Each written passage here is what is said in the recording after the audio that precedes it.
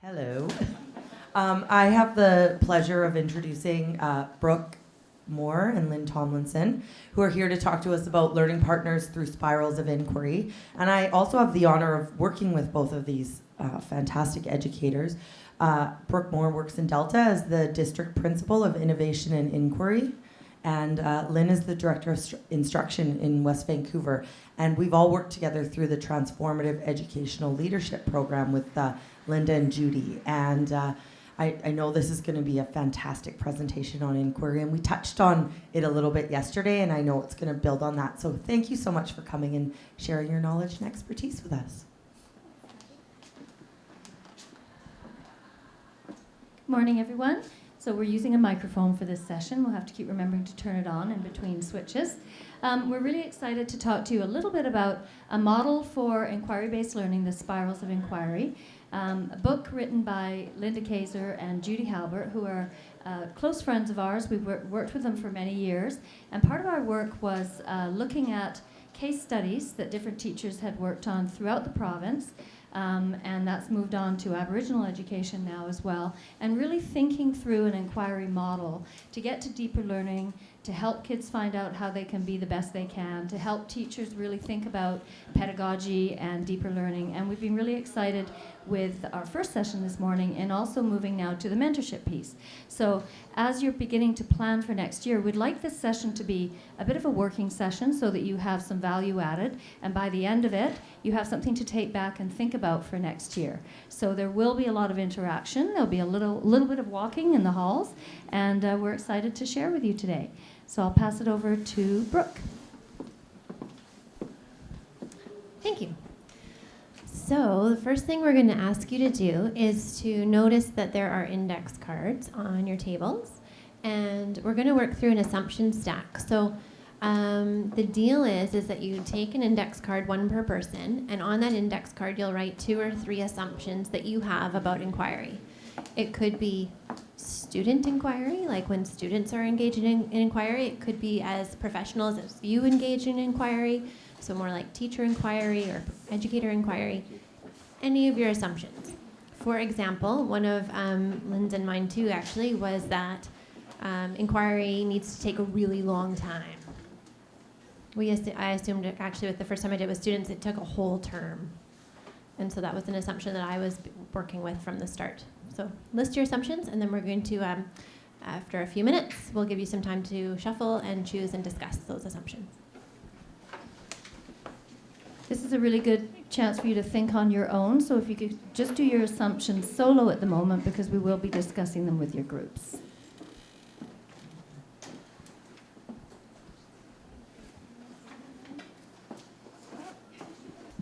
Okay, everyone, thank you. We are pushing quite quickly this morning, so apologies for the short timelines for thinking. So now if you could work in, we'd like you to be in triads. Bigger groups aren't as conducive to lots of talking, and we'd like you to have a chance to share your ideas. So if you could find groups of 3 and have a look at some of those assumptions and just have a discussion around how does what resonate with you? What are some things that you're thinking in terms of mentorship and inquiry? What do you know? What are you wondering about? So this is a time to share with each other. So groups of 3, please.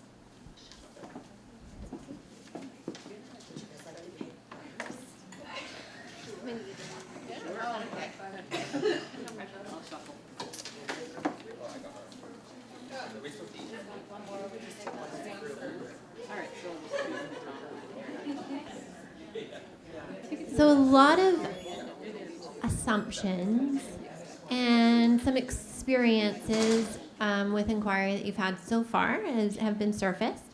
So we'd like to connect that right now to our intention for the morning. Before we go through these, we want you to go through the morning with somebody in mind.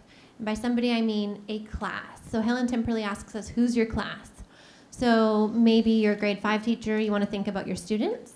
Maybe you're a mentorship coordinator and you want to think about your mentors or your proteges or your mentees. Or maybe you want to think about principals because you're going to work with them next year.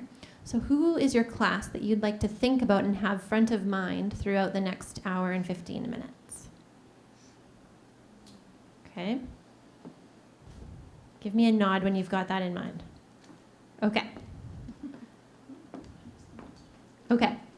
So with that group in mind, the workshop intentions are that you'll be working through this morning in a really active way, thinking about that group. And we're going to use that group to make it really grounded in your context. So when you're developing an understanding of the spirals of inquiry, we're going to do so with that group in mind, so you can really feel very familiar with it. We're also going to explore the relationship between mentorship and inquiry. And it will be less about Lynn and I saying, here's the relationship between mentorship and inquiry, and more about you drawing those connections throughout the morning. And we'll have some time to make that a little bit more solid at the end.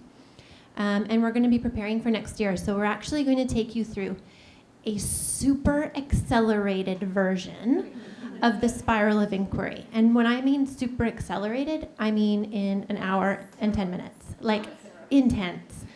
This is not a real situation, but we want to use your context as much as possible so that you can really feel familiar with it when you leave. Sometimes inquiry spiral, to go through it, will take like a year. Sometimes it'll take a term. It doesn't ever take an hour in this way that we're going to be using it, except for today it will take an hour. Okay? So think about that class as we move through the next piece.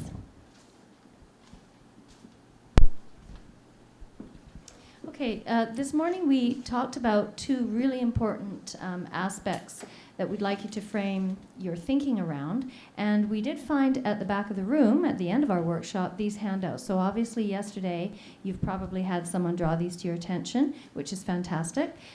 We'd like you to, today, think about the principles of learning from the OECD ILE study.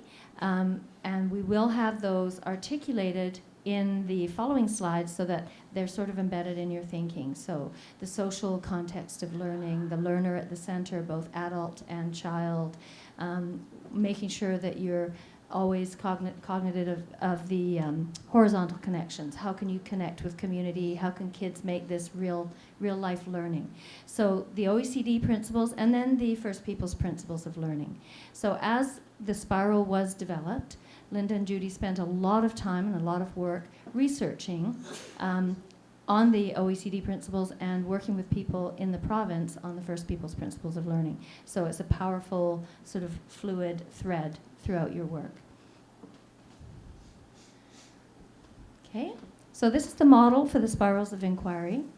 And if you haven't seen it, the design is very intentionally blurred so that you have darker red and lighter red. It's red because it's work from the heart. It's darker in certain places because you go deeper and then you might pull back a little bit. It's a reflective process, and it's also a fluid back and forth between the stages process. So many of you may have seen models for inquiry that are a circle, or sometimes they're a star, sometimes they're in a box. There are lots of models out there. This is intentionally a spiral with a section in the middle where you're actually kind of going back and forth and really thinking, and you might not be moving forward for a little bit, and that's okay.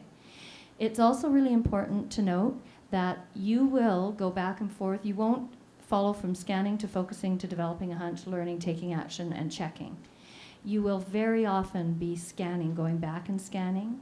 You'll very often be checking, thinking about, is this going to make a difference for my learners? We want it to be formative, and so to be formative, it has to be fluid. And you have to rejig your thinking throughout your work. Where's my partner? Oh, in the corner. Okay, so we're going to dive into the spiral here with scanning. We don't always start with scanning, but that's where we're going to start today, okay? So this morning my husband threw his back out, and I was rushing here to get the kids to daycare because he was going to, but then he couldn't. And I ended up bringing a bag full of coloring books instead of the handouts. Yeah. So I've got lots of Dora and like other coloring. If you feel like you need to meditate, let me know. But I don't have the handouts. So what I did really quickly this morning when we got here was I put them online. And I noticed most of you have devices, and it will be linked to your schedule as well, so you can go check it out later. But the website is on a little sticky, and I think most of them are on the top of the boxes or on the... Yeah, so it's www.lynne www.deltalearns.ca/BC mentorship. It's not a pretty website because I did it here while I was waiting for my coffee. So it's just a serviceable website to give you the handouts. And the sections that you'll see that we go through with boxes like this for all the phases today are reflected in the first link on that website. So I'll give you a second if you'd like to pull it up. You can do so. www.deltalearns.ca/BC mentorship. It's on the backboard as well in the circle, if you can read that. So my apologies about that.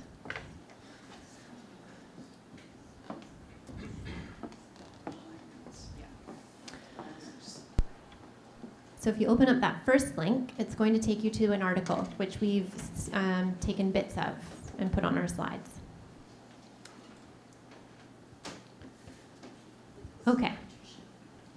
BC mentorship, yeah. So scanning is where people often start when they go through the spiral model, and that's because scanning asks you to ask what's going on for your learners, those members in your class. So whether that's a group of principals, teachers, or students, you're thinking about what's going on for them. If you want to think about it in a design cycle mentality, you're going to think about that empathy piece about what is the end user's experience like. So this is where you're looking at it from another perspective. Scanning is really important to the spiral process because often as professionals we have assumptions about things, as we just surfaced today, and we'll jump in on something and take action before actually making sure that what we think to be true is true. Because sometimes that can be surprising. So scanning is about looking at your situation, looking at the landscape for your learners, for your class, with an evidence mindset, an evidence-seeking mindset and an inquiry stance. So you're going to be thinking, what is it like for my learners? How do they experience the situation or this context? How do they feel when they're going through it? What kind of language are they using? Things like that. It asks you to take a wide perspective on learning. So not look at just their behavior or not look at just their self-regulation or just their assessment for learning stuff. It asks you to look at it in a broader stroke. And it involves finding out what's going on for your learners from their perspectives, but also from their families and their community perspectives as well. It is not about seeking evidence to support the status quo. So often we know people who do that. I'm sure I've done it too, where you're like, I'm going to find out all the reasons why grades are super important on spelling tests, and I'm going to find the research to support that, and that is my stance. That is not what inquiry is. Inquiry asks you to leave that to the side and actually find out what it's like on the ground. It doesn't focus on academic learning that are easily measured necessarily.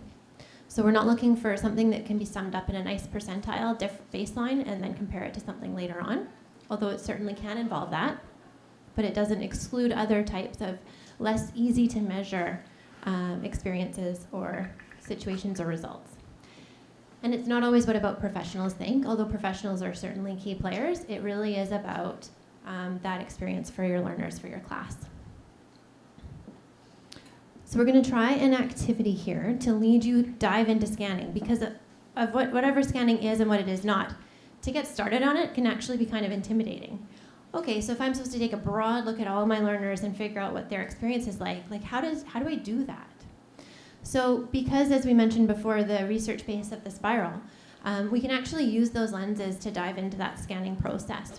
And to help us with that, you'll notice here that these are the 7 principles of learning from the OECD, and there's a bunch of questions organized under each one. On the handout that you have, if you scroll down a little bit past those boxes, you're going to notice that there's some other sets of questions as well. There's some questions for the 7 principles, but there's also those questions in the first section around, can I name 2 adults in the building who believe I'll be a success in life? What am I learning? How's it going? And where to next? So those are that's one way you can scan your crowd, your class, right? You can ask, what are you learning? How's it going? Where to next? And that'll give you a lot of evidence and a lot of information. You can go at it through those 7 principles of learning questions on your handout there. And then underneath that, if you scroll even further down, you're going to see a bunch of questions that relate to each of the 9 First People's Principles of Learning. So if you'd like to use that as your lens, you can certainly scan your class through that. So I'd like you to take some time now. You've identified who your class is. We'd like you to focus on one of the principles or a couple of the sections of questions in there and go through the questions. Consider how the people in your class might answer, because this is going to surface your assumptions about their experience. It's also going to give you a trial run at answering those questions for yourself too, right? And experiencing those questions for yourself. And after that, we're going to talk about how you actually might scan your class next year. Okay, so you've got 2 parts. You're going to go through, scan them, figure out how you think your assumptions lie about what your class might say. And then we're going to think about how could you scan your class in reality next year. Any questions? All right, go for it.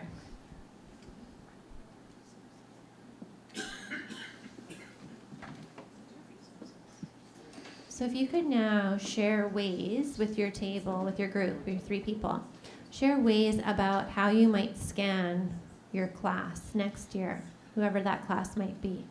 So is it going to be a survey? Is it going to be a conversation? Like, come up with some concrete ways that you could. You don't have to decide now, but here's how you might move forward when scanning your class.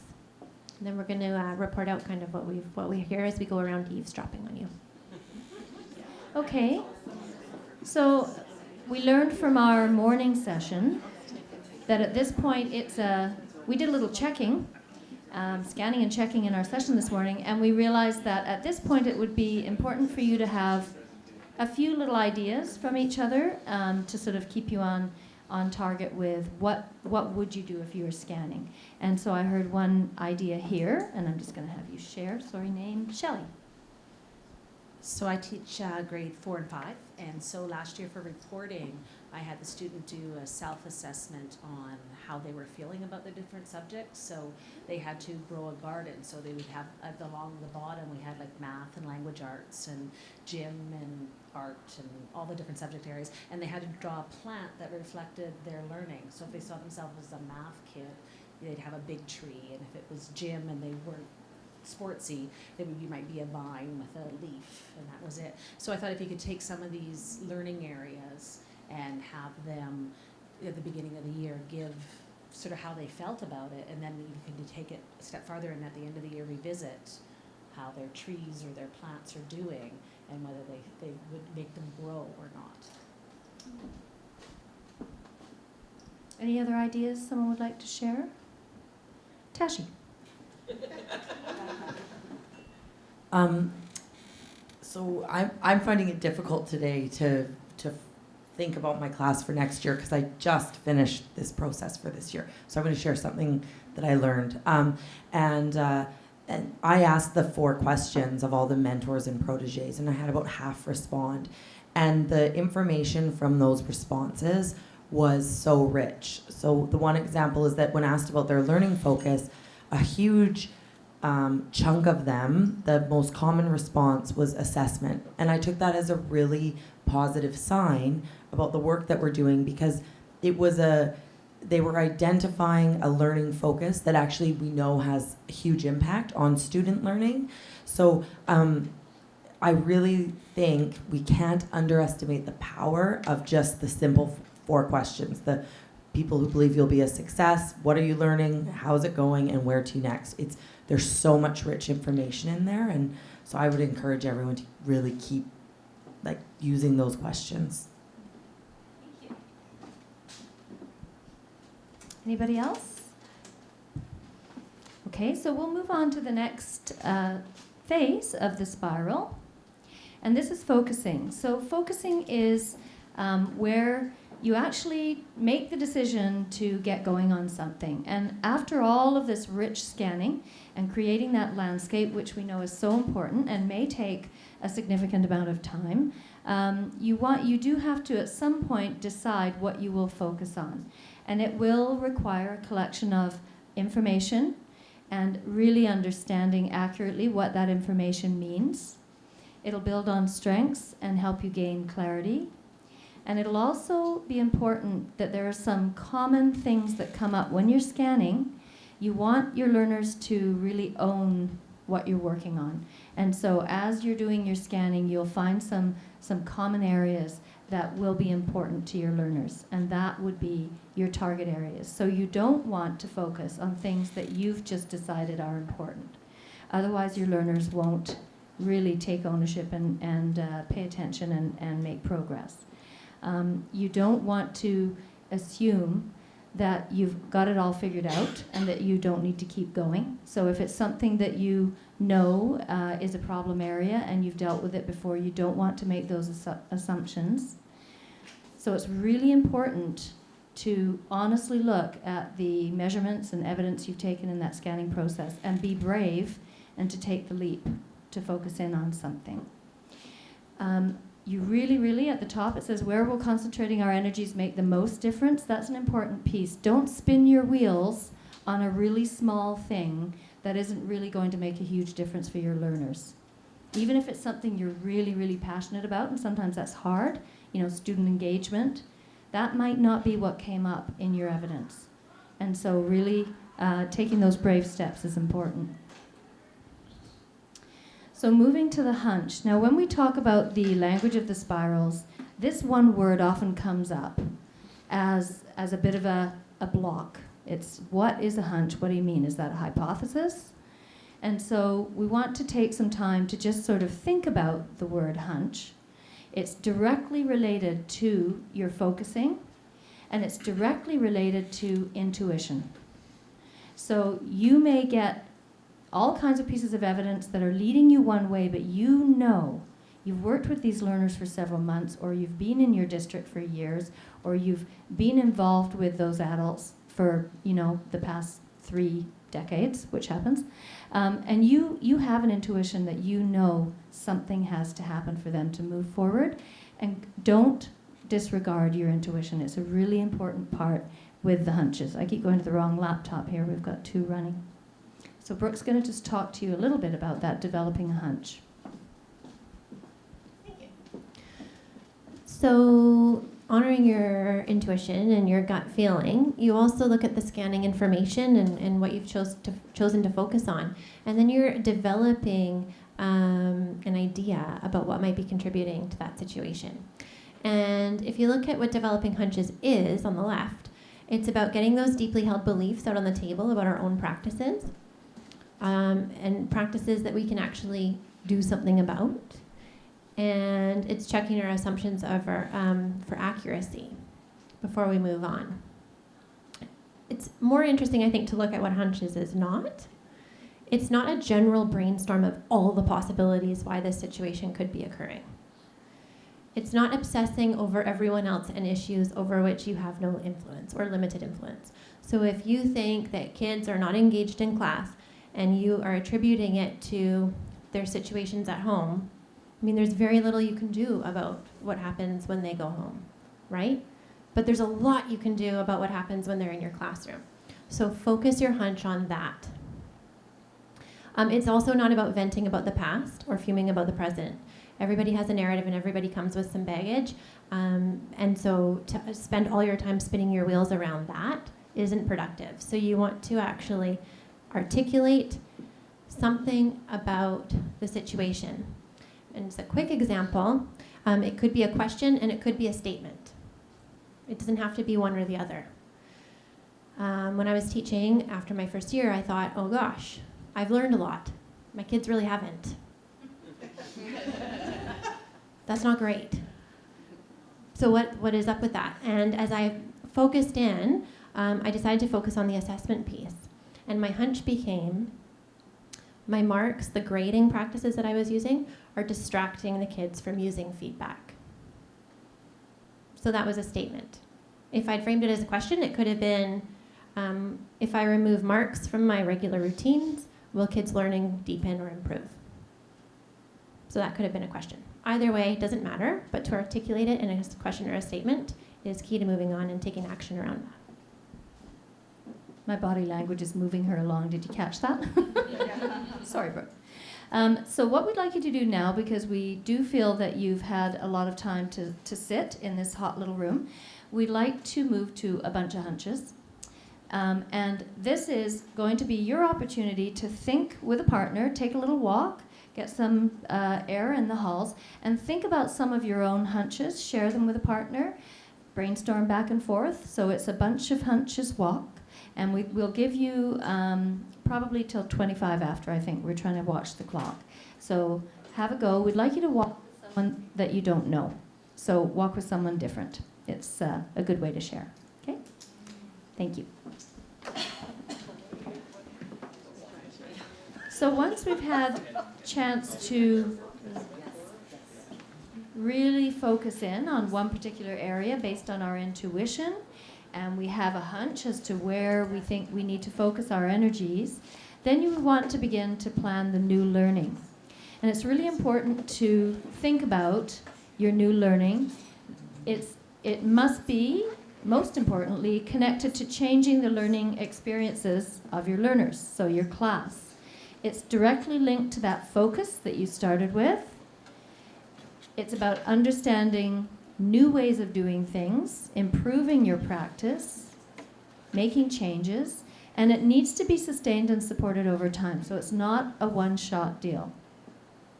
It's also not just based on what someone else thinks you should be doing, which often happens. It's not disconnected from your context, because remember, it's all connected to your focus and from your scanning. And it's also not just about a set of strategies. Okay, it's deeper learning, it may take time, it's thoughtful, and it may get messy. So we'd like you to think quickly on your own in terms of the 5 questions, thinking about your class, thinking about what you've scanned today, what your focus is going to be, how and where will you learn more about what you're going to do, who, what, where, when, and why. Think about the 5 questions for your own context, because we do want you to leave today with some plan for next year. So just take a few minutes to just jot down what you're going to do to plan some new learning. Okay, just a quick shoulder chat with the person next to you. Probably focusing on the who and the when. Who and when. This is a very accelerated version, remember? So we're going to move into the next section now and talk about taking action. And I'll talk about what it is and what it isn't. I'll give you a quick example after. So what taking action is, it's about asking, what can we do differently to make enough of a difference? So something that really goes alongside with taking action is checking that action. How would we know if we've made enough of a difference? Taking action is about learning more deeply about new ways of doing things. It's informed by a deep understanding of new practices, and it is evaluating the impact on learners, and it's acknowledging feelings of vulnerability as well, and building those conditions of trust. It is not just saying like, my kids in my classroom are feeling so energetic and they don't know how to settle down, I'll do mind up. Okay? It isn't, so it's not just about implementing new strategies because you just move from your hunch to your action. It's about slowing it down from your new learning. What do you learn about brain activity? What do you learn about how you're organizing your lessons in order to help kids self-regulate? What are you learning about teaching kids self-regulation? And then planning your action. It's trying out innovative ideas. It's not trying out innovative ideas just because they look exciting, like 3D printing.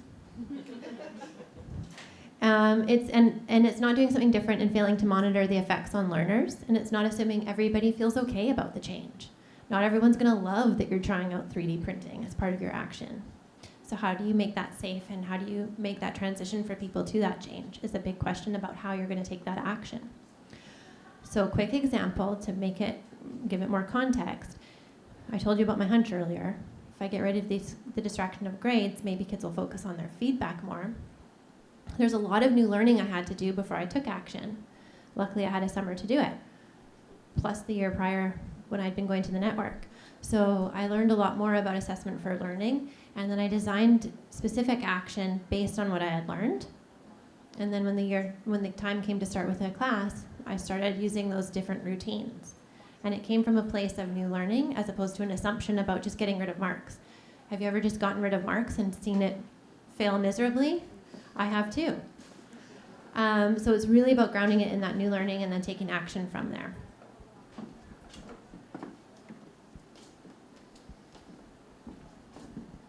And most importantly, what do you need to do differently to make enough of a difference? So not just a little difference, but enough of a difference that's really meaningful for your learners. Okay, checking. We did say that the checking phase is ongoing. For it to be formative and for you to be making a difference that's meaningful for your learners and meaningful for you in your work, it really does, this happens all the time. And it's something that will naturally happen, but you really want to make sure that if this is truly evidence-seeking inquiry, this is part of your work all the time. We had, in the earlier session, we had one of the teachers asking about the lack of the word reflection in the model. She had done a lot of work around research and inquiry and said, I don't see the word reflection, and that seems strange to me. When we unpacked that and talked about that, we realized that the whole reflective process is embedded throughout the model. You are always reflecting. When you're thinking about what your hunch is, what's your intuition, that's reflection. When you're really wanting to focus in on something that you know is important, you're reflecting. When you're scanning your group of learners, you're reflecting about impact of change. So this checking phase, this is really the formal evidence-based checking phase when you've really gone through some deep work. You want to make sure you're thinking about your high expectations. Okay, you want to make sure that this is impacting all of your learners, not just a few, and that you are going to use this checking to inform your next stage. So where are you going to next? Those 3 powerful questions: what's going on, what are you working on, how's it going, and where to next, all the time. Okay, so it's not just an end product at the end. You're not just thinking of 1 or 2 people, and it's not just a way to justify your year-long project and some of the funding you got to support this inquiry. It really is meaningful work, and it's really going to make a difference to next steps for your learners and for you. So thinking about some practical measures. Okay, we've got something else up here. The adaptive, sorry, can you get that for me? The predictive analytics, what could go wrong? Really important to think about. All of those pieces. When you were scanning, you absolutely would have come across some of those things, but what could go wrong? Setting your priorities. You can't do too much or you'll just be completely overloaded and won't be able to make a difference. So you've got to do that picking and choosing, some core pieces of evidence that you know are manageable, that you can work on.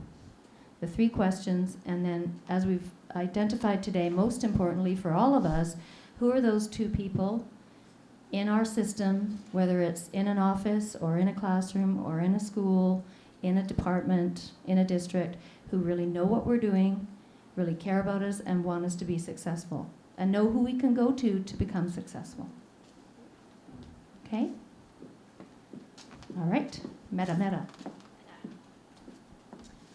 Okay, it's about to get real. We're going to go meta with this. So we're going to use some of those strategies for ourselves right now, which means we're going to look at what did you learn from our time together today. And what you learned doesn't have to be like something you could go write an article about, but it could be something that's, you've got a question now and you would like to learn more about something, right? So what's kind of been provoked and what have you learned? How did it go? This is an interesting one because like Lynn mentioned, when that teacher asked about the lack of the word reflection, that was in response to this question here. What caused you discomfort? And that's a really great thing to notice about when you're learning something new. What's causing you some discomfort? Because once you address that, that's actually where that new learning happens, right? You've got that cognitive dissonance, so let's look into that. Recognize it. And what resonated most with you? What just really rang true? What really felt good? So that's about how's it going. Where to next? And you're going to think about these on your own for a little bit. How can you share your learning and with whom? And how can you use the spiral in your work? So whether if you're a mentor, maybe you're going to be engaging in a spiral with the mentee. If you're organizing a program, how are you going to use the spiral? How might it work for you? So if you could doodle, write, look up at the sky and think, reflect however you best like to reflect on these 3 pieces. We're going to share out a little bit at the end, and then we've got some giveaways as well to support you in your work. So we'll go about 6 minutes, deep, solid, reflective work here.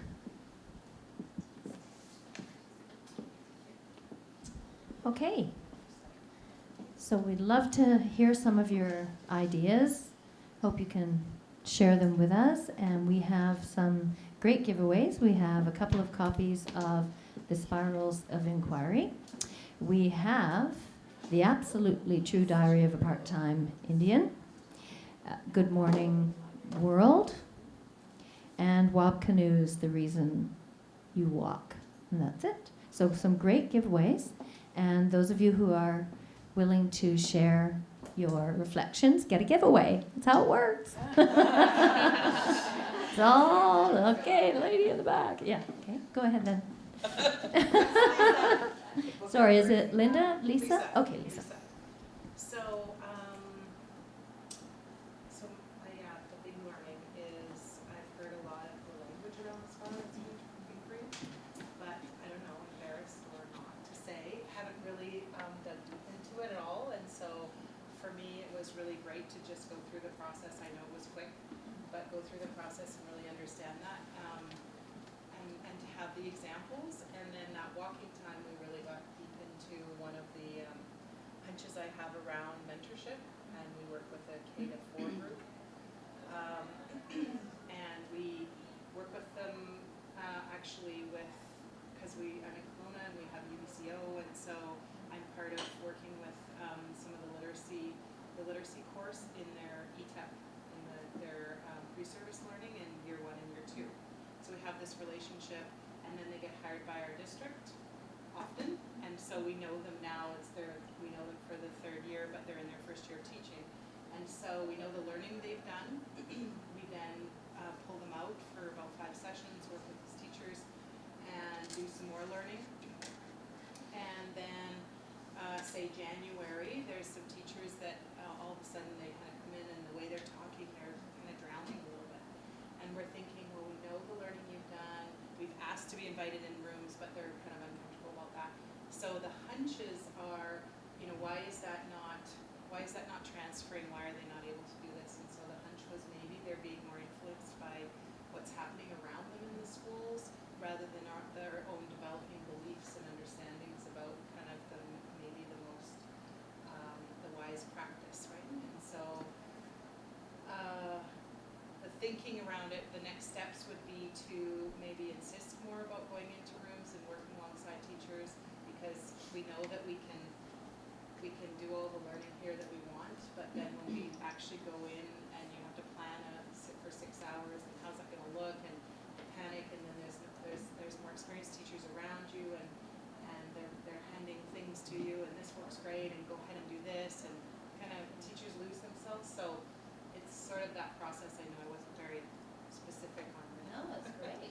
the language, but just thinking through that process and how can we go and learn more about where that knowing doing gap is, where's that coming from? And so that's kind of our plan for next year, is to try and investigate that knowing doing gap a little bit more. Thank you. That was such a great sort of journey in one little hour-and-a-half session. So that's awesome. Do you want the spirals? Yeah. Okay. Thank you. Okay. Yeah.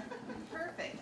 So I really loved this entire weekend in this course here, but what I learned that there are more similarities than differences in this diverse province, as we're all the different people I got to talk to and share ideas with. It was like, it's amazing how we're all kind of in the same boat, no matter what the boat looks like. I had a lot of discomfort in verbalizing stuff because what if it seemed trivial to those of you who know so much more than I? And then to find out you too, you know, like it was really a great sharing. What really resonated was that there's approaches that need to be considered. There's different approaches. That what we're doing now doesn't mean that, and going well, but doesn't mean that that's the way it has to stay. And so there's different approaches that we need to consider as we continue to move forward to help teachers improve their practice. And so I'm taking everything back to the steering committee for feedback and implementation.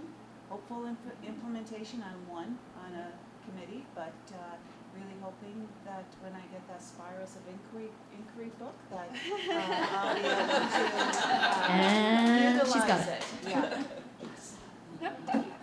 That's great. Thank Thanks. you. Okay.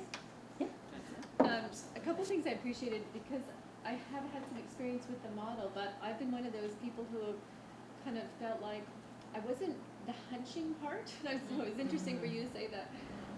I always kind of felt like, shouldn't I scan and then have a hunch before I focus? So thank you for clarifying that, and as I was able to work through my example, I was able to see how that looks and fits. And I also had the question about the reflection, so thank you for shedding that little bit of wisdom. And I really like the connection of inquiry and mentorship from the perspective of here's these new career teachers coming in, and we're introducing them, or we're allowing them to experience this model of inquiry as this is what we do as professionals, and this is what we do in the teaching and profession of teaching, is we're always inquiring into our own practice no matter where we are and how many years we've been teaching, because we're always learning. So I like that the use of that model as when to introduce to new career teachers. So thank you. Perfect. Thank you. Was there a hand wave back here? Okay. We'll go to one tape. Did you have your hand at the back? I just know at the very beginning someone over here had their hand. I learned that I do spiral inquiry in my teaching, but that I need to be more cognitive in how I approach the mentorship process, and how we as professionals, you know, we do these things, but it's nice to have the vocabulary to put to what we're doing. And I was just thinking about, for example, in my classroom, I came in and I had a couple of boys who were really high energy, very, you know, they were disruptive, and I had a hunch. I knew I acted on it, and I was able to meet their needs, but I also met the needs of the whole class. In talking with Tashi, we just see the language of mentorship and the language of the spiral working really beautifully together. So hopefully we've helped you think through that a little bit, and have a great rest of your conference. Thanks so much for inviting us.